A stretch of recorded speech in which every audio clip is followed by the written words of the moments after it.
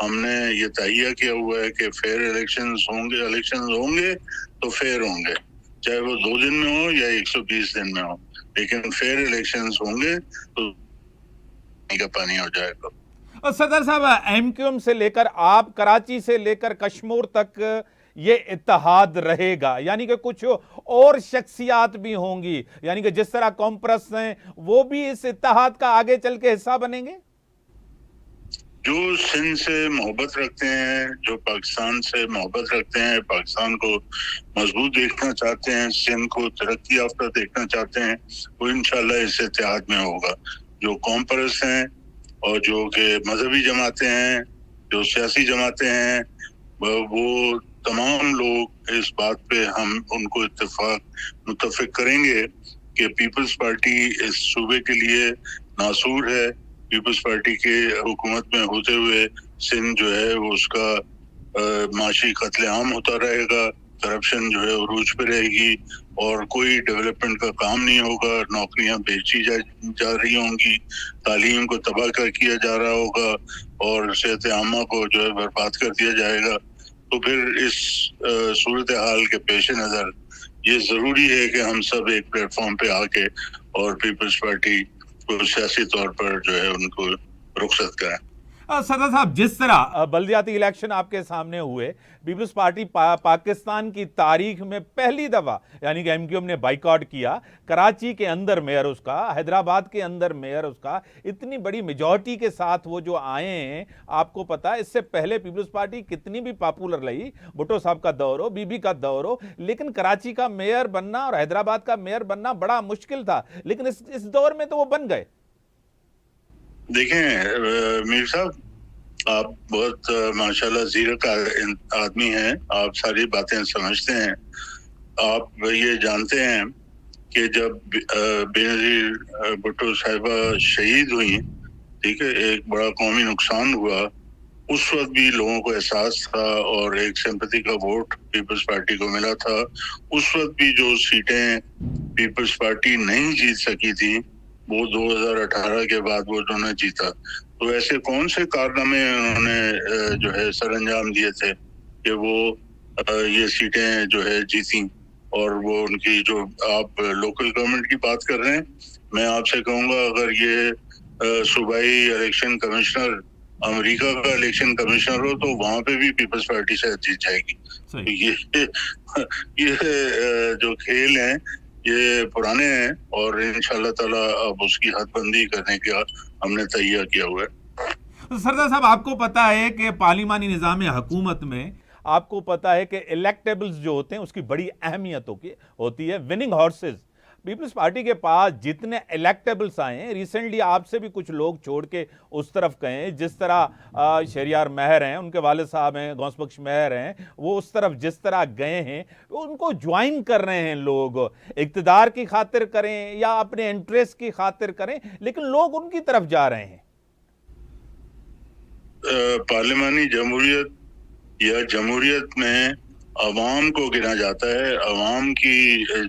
وجہ سے جمہوریت کہلاتی ہے۔